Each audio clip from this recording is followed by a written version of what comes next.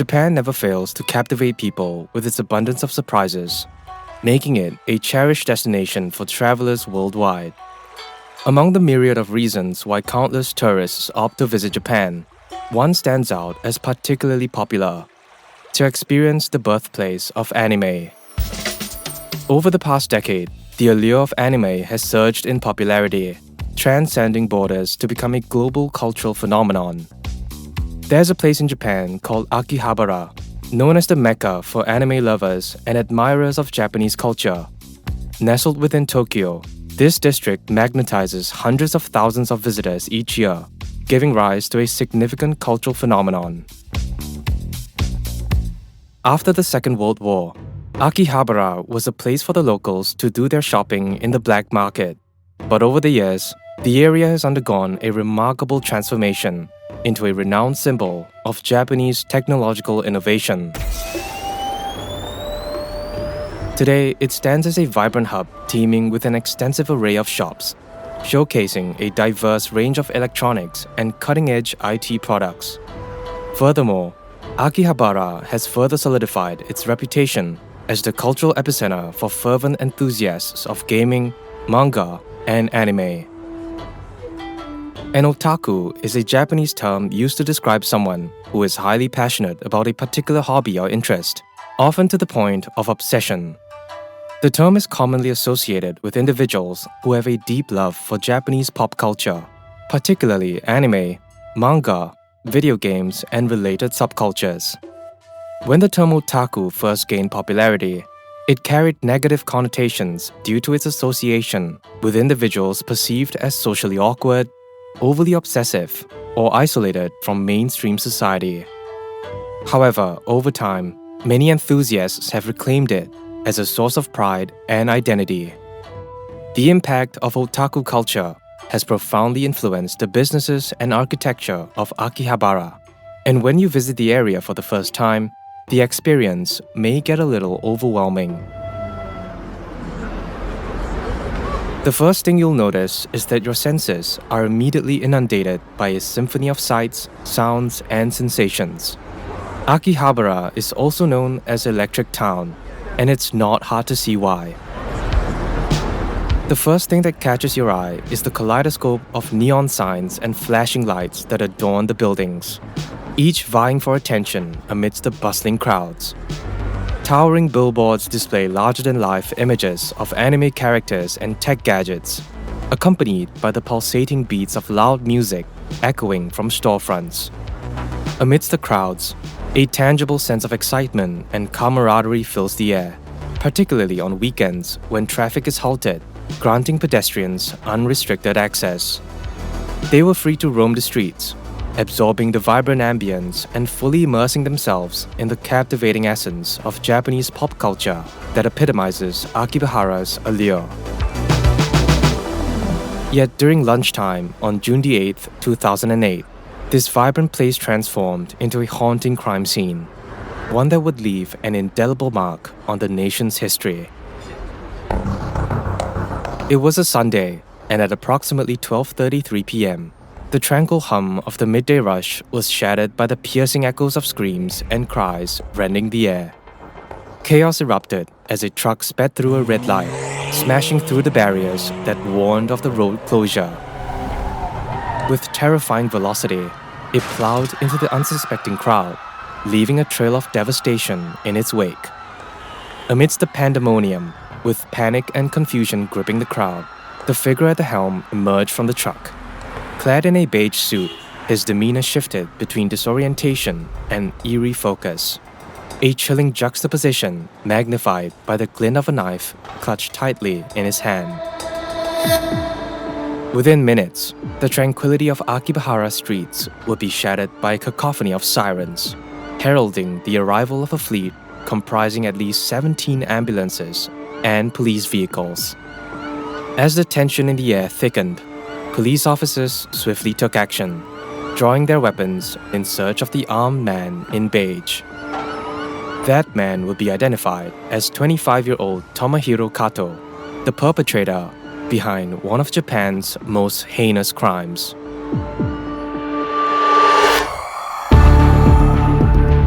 You're listening to a special edition episode of Heinous, brought to you by One Up Media. This episode may contain sensitive details and graphic imagery. Listener discretion is advised.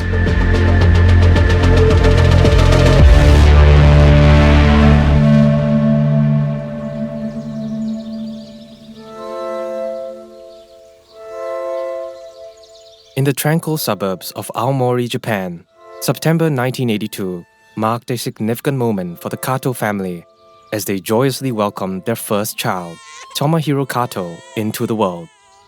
Situated on the northern coastline of Japan's main island, Aomori stands as the capital city of Aomori Prefecture, approximately a 3-hour flight from the nation's capital of Tokyo. Despite its distance from the capital, Aomori boasts a unique charm and cultural richness of its own. As with many of Japan's northern regions, Aomori's economy is deeply rooted in traditional industries such as farming, forestry, and fishing, which have sustained communities for generations.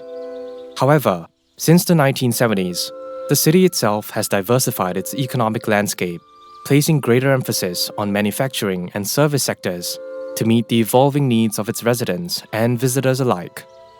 During his formative years, Tomohiro Kato resided in a comfortable home nestled deep within the suburban landscape of Aomori.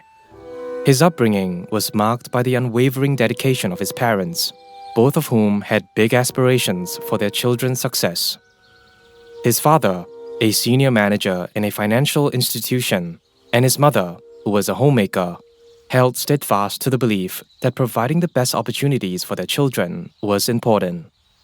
Tomohiro's father knew the importance of a good education and hard work, which is why at a young age, they were taught to value education and work hard towards their goals. In an era where achieving a comfortable life often hinged upon academic achievements, the pathway to success was clear. Diligent study and good grades paved the way to careers in fields such as engineering or medicine. It was this fundamental belief that drove his parents to closely monitor his educational journey, ensuring that he excelled academically from an early age. And indeed, Tomohiro's academic performance in his formative years was nothing short of exceptional. During elementary school, his academic performance was deemed outstanding, and he even worked his way up to become one of the school's top track athletes. Known for his lively and cheerful demeanor, Tomohiro exhibited a certain brightness and energy, despite occasionally grappling with a short temper. Nevertheless, he remained dedicated to his studies, always striving to excel. This commitment to excellence continued into high school, where he took on the role of president within the tennis club, further demonstrating his determination and leadership qualities. Tomohiro's father belonged to Japan's working class, a demographic known for its reputation of being fiercely loyal to their employers and notoriously hardworking. The dedication to hard work runs deep in Japanese culture, but it has also led to a significant issue in the country, one of which is karoshi, a term that originated from Japan, loosely translated as death from overwork. During the 80s and 90s, Japan experienced a labor landscape marked by grueling schedules and long hours. According to surveys conducted by the labor force during this period, nearly a quarter of male employees reported working over 60 hours per week, an astonishing 50% longer than the standard 40-hour work week. As Tomohiro's father devoted himself to work, his mother assumed primary responsibility for childcare duties. This arrangement permeated Japanese society, with numerous families, including Tomohiro's, adopting it as the only means of achieving a comfortable sense of living. Consequently, Tomohiro found himself under immense pressure to emulate his parents' tireless work ethic, fearing dire consequences if he fell short. This relentless pursuit of excellence exacted a toll on Tomohiro as he navigated through high school, with the weight of parental expectations bearing down heavily on him. As the burden intensified, cracks began to form in Tomohiro's resolve, setting the stage for the onset of his downward spiral.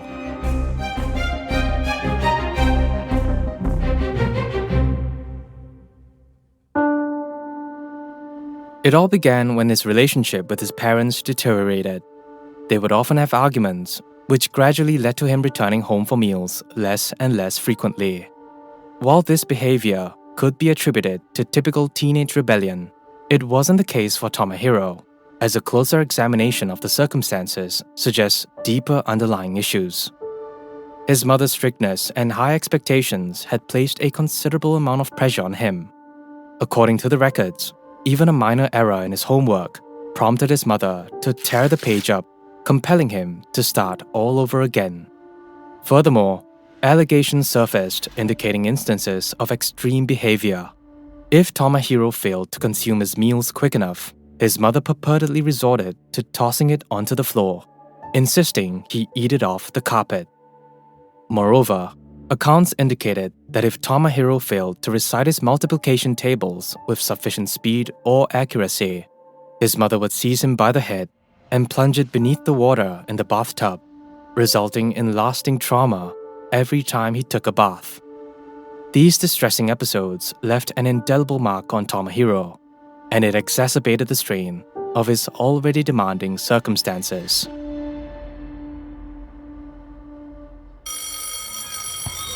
In 1997, at the age of 15, Tomohiro's journey in life took another downturn. He began attending Aomori High School, regarded as an elite institution within the prefecture. However, for the first time, he found himself facing rejection from his peers. Subjected to frequent bullying and taunting, he became a target for negative attention. Some of his classmates would describe him as reserved, a loner, and weird. One of them said, "He gave off the feeling of being all alone. I heard that he used to walk around school with a knife." Consequently, his academic performance began to suffer. In a class of 360 students, his academic standing plummeted to 300.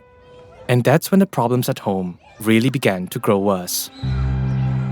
Neighbors of the Kato family recounted instances of Tomohiro being forced to stand outside for hours in the biting cold of winter. Additionally, he was ordered to redo his homework time and time again to impress his teachers at school. Perhaps the most challenging period of his life, Tomohiro endured 3 tumultuous years at Aomori High School.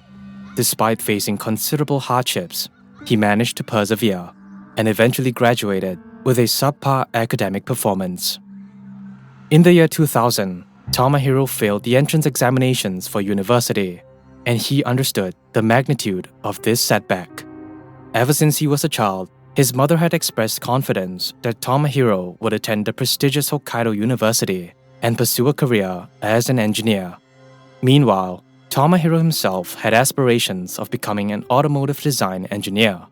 However, with this disappointing outcome, his dreams lay shattered. All Tomohiro could think about now was his mother's reaction when he broke the news to her.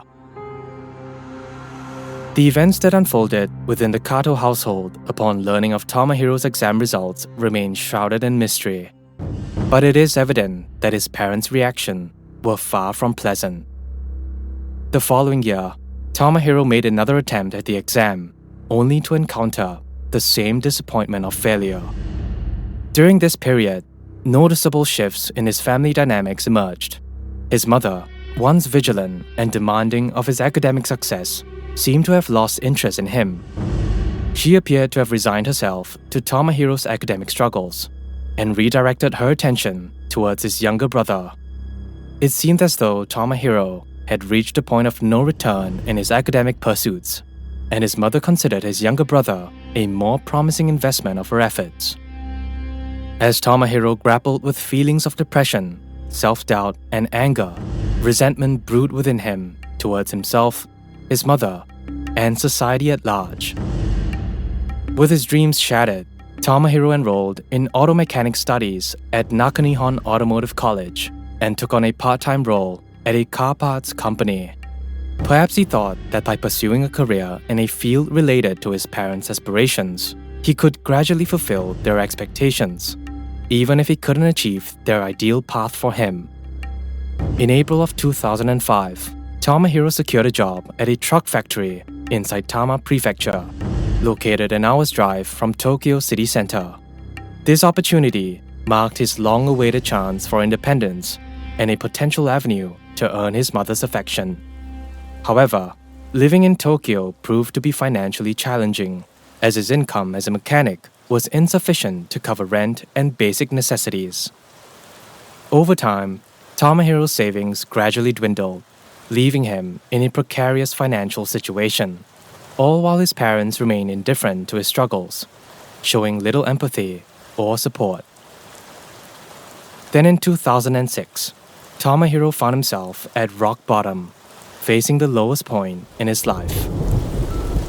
He felt overwhelmed and defeated. With his savings depleted and the cost of living in Tokyo soaring, he would have been constantly stressed about making ends meet. The burden of his financial hardships would have been amplified by the emotional weight of his parents' abandonment. Tomohiro likely thought, if only I had studied harder and secured a place at their dream college, perhaps my parents would have showered me with love and support. Alone in a city that seemed to offer little solace, Tomohiro grappled with a sense of despair and uncertainty about his future. Each day would likely have felt like an uphill battle, with little hope for improvement in sight. In his mind, Tomohiro may have believed that he had nothing left to lose. The consequences of his actions no longer hold any weight for him. He feels trapped in a world that has repeatedly rejected him, and perhaps the desire for revenge, for retribution, eclipses any rational thought about the repercussions of his deeds.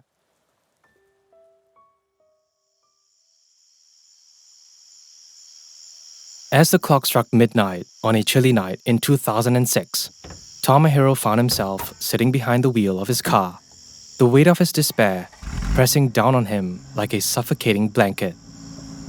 The dim glow of the street lights cast eerie shadows across the deserted road as he gripped the steering wheel with a white-knuckled intensity.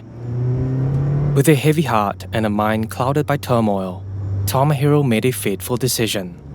Ignoring the flickering caution lights in his mind, he slammed his foot on the gas pedal, the engine roaring to life as the car surged forward.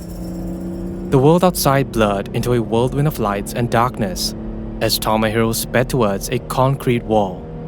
In that suspended moment of chaos and clarity, his eyes squeezed shut, his mind resigned to the darkness that awaited.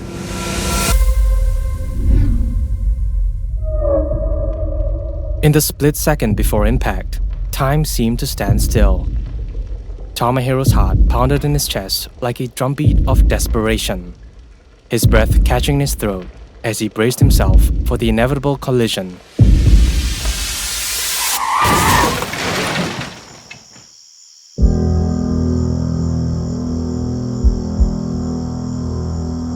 For a moment, everything was still. Silence enveloped the scene like a heavy fog, broken only by the distant wail of sirens in the night. But fate had other plans. Despite the violent collision, Tomohiro emerged from the wreckage relatively intact, save for a mild concussion and superficial wounds that marred his flesh. In the aftermath of this near-death experience, a profound shift began to take root within Tomohiro's life. It was as if the universe had granted him a second chance. Tomohiro realized that perhaps there was still a glimmer of hope left to cling to, a chance of redemption amidst the ruins of his shattered dreams. And with that newfound resolve within him, he stood prepared to confront whatever challenges ahead with courage and determination.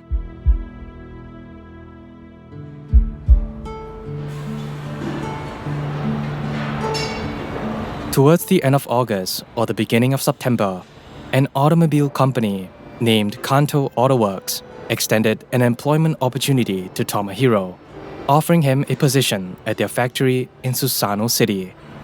Accepting the offer, Tomohiro made the move, where he commenced his new job and new life. With this job, he started earning a modest monthly salary that was aligned with the average income for blue-collar workers in Japan at the time. According to reports, Tomohiro proved to be an honest and diligent worker. Although he maintained a reserved demeanor and didn't engage much with his colleagues or forge many friendships, he did have a strong work ethic. Recognizing his dedication, the the company renewed his contract, securing his position for another year. While at work, Tomohiro was known for being extremely quiet and reserved. However, outside of work, he remained even more withdrawn and socially isolated. Records say that his only mode of communication with the outside world was through an online forum, a popular mode of interaction during the early 2000s. Tomohiro found solace in the anonymity provided by online interactions, allowing him to express his grievances about society and his loneliness without fear of judgment. However, the messaging boards on the forum likely triggered painful memories for Tomohiro, as he often endured cyberbullying and insults, which only exacerbated his sense of isolation and emotional distress. The relentless cyberbullying persisted with every post Tomohiro made on the forum, and by June of 2008, he would find himself pushed to the edge. This marked the ominous prelude to a fateful event that would forever alter the course of his life.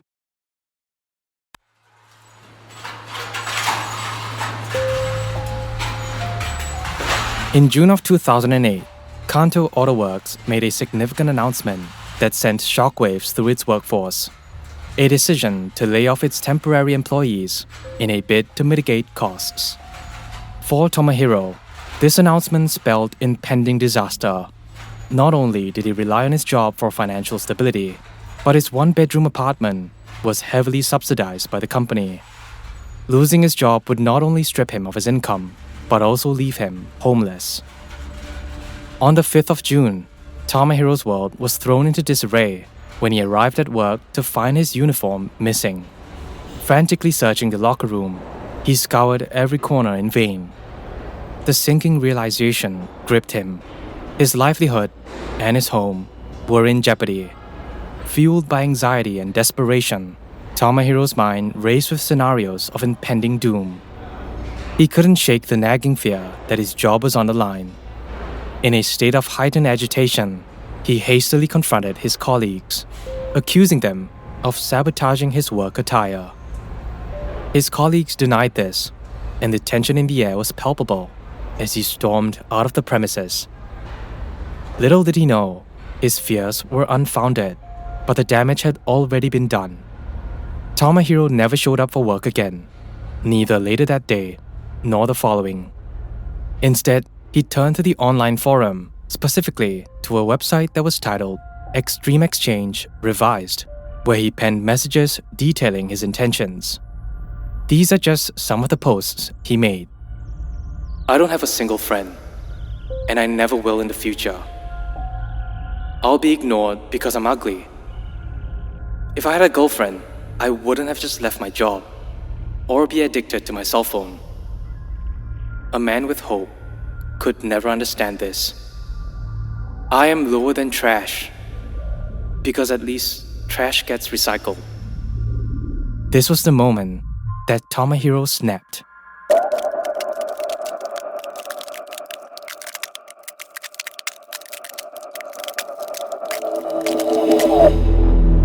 The following day, Tomohiro visited a military supply store where he purchased 6 daggers, leather gloves, and special batons. Alarmingly, security footage from the store showed him talking to the salesman and demonstrating stabbing gestures while holding the knives. The day after, he boarded a train bound for Akihabara in Tokyo and sold his computer and other belongings. With the proceeds from the sales, he rented a truck, informing the rental company that he needed it as he was relocating. The following morning, on June 8th, Tomohiro embarked on a spree of forum postings as early as 5 in the morning. The final message, sent at 11:45 a.m., read, "Arrived at Akihabara. It's the day of the pedestrian's paradise, isn't it? Just minutes left now." 48 minutes after his last message, Tomohiro drove the truck to a crossing in Akihabara. It was a Sunday, and the road had been cordoned off, granting pedestrians the liberty to walk the thoroughfare unrestricted. From the cab of the truck, Tomohiro observed as a steady stream of pedestrians traversed the intersection with each passing moment. After a brief pause, he shifted the truck into gear and forcefully pressed down on the accelerator. Disregarding the red light, the vehicle surged forward, hurtling through the intersection and slamming into the crowd. With an unrelenting force, the 5-ton truck plowed into the unsuspecting pedestrians, striking at least 5 of them in its path. As screams pierced the air and confusion took hold of the bystanders, several rushed forward to assist the victims of what appeared to be a tragic car accident. No one could fathom that this was far from an ordinary mishap. Exiting the truck, Tomohiro emerged with a knife in hand before launching a frenzied assault on anyone within his grasp. His attacks were relentless and indiscriminate, targeting individuals regardless of their age or gender. Meanwhile, a nearby police officer, alerted by the chaos, rushed to the scene. Spotting a man clad in beige attire fleeing with a weapon, the officer immediately gave pursuit. Cornering him in a narrow alley, the officer cautiously drew his gun, aiming it at Tomohiro, who surrendered by dropping his knife. Only 2 minutes after the attack began, Tomohiro found himself pinned down by a police officer and aided by several civilians who responded swiftly to the chaotic scene. Immediately arrested, approximately 170 meters away where the truck was found.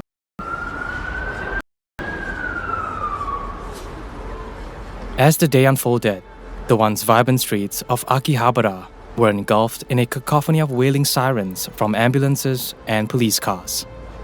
At least 17 ambulances rushed to the scene, their flashing lights casting an eerie glow on the pavement. Meanwhile, amidst the chaos, brave passers-by stepped forward to offer aid and attempting to stem the bleeding of the victims wounded by the frenzied knife attack. Initially, the reports indicated that 2 individuals succumbed to their injuries in the aftermath of the attack. However, as the day progressed, the grim toll continued to mount, with the number of casualties rising to 7. Records state that Tomohiro used a dagger to stab at least 12 individuals, resulting in the death of 4 and injuring 8 others. The truck's collision instantly claimed the lives of 3 individuals and critically wounded 2 others. According to police and hospital officials, 2 of the 7 victims who were killed were teenagers that were 19 years old. The other victims were aged 21 to 74. 2 days following the incident, on June 10th, Tomohiro was taken to the Tokyo District Public Prosecutor's Office, where he faced multiple charges, including attempted murder. Following the tragedy, Tomohiro's parents offered a heartfelt apology to the victims during a televised interview, expressing their remorse and sorrow. By 2010, his father had stepped down from his job and retreated into seclusion in Aomori, seeking solace amidst the turmoil. Meanwhile, his mother grappled with mental health challenges and was hospitalized for support and treatment. Tomohiro Kato's actions stands as one of the most appalling crimes in modern Japanese history, and on March 24, 2011, he received a death sentence from the Tokyo District Court, holding him entirely accountable for the brutal attack. Despite his actions, he expressed remorse for the massacre, extending an apology to the deceased, the injured, and their grieving families. The devastating aftermath of the incident continued to unfold tragically, as in April 2014, Tomohiro's 28-year-old brother tragically took his own life. Prior to his death, he had voiced his struggles with the indelible scars and overwhelming shame stemming from the events, ultimately succumbing to the weight of his emotional anguish.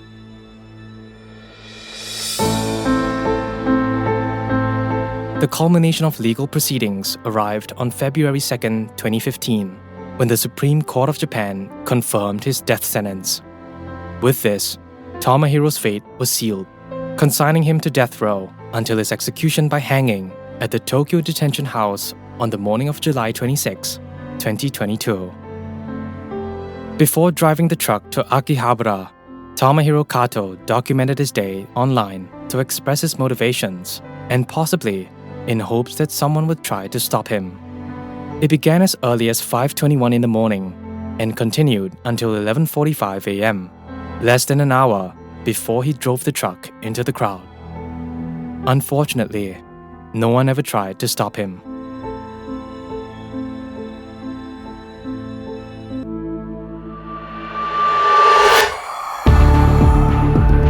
Heinous, an Asian true crime podcast, is brought to you by One Up Media. This episode was produced and written by Guangjin, edited by Alex, narrated by Jason, audio experience by Ethan Sam, additional engineering by Ashley from One Up Media. Thank you for listening. We'll see you in the next one.